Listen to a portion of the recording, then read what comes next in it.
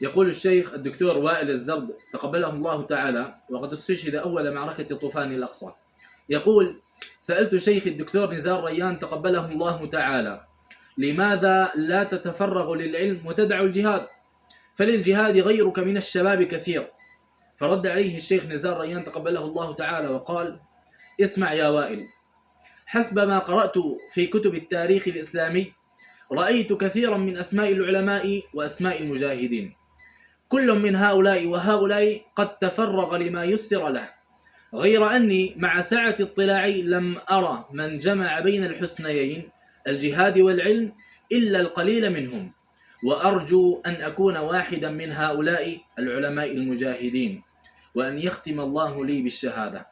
وقد استشهد الشيخ نزار ريان هو وزوجاته ومعظم أولاده تقبله الله تعالى في عام 2009.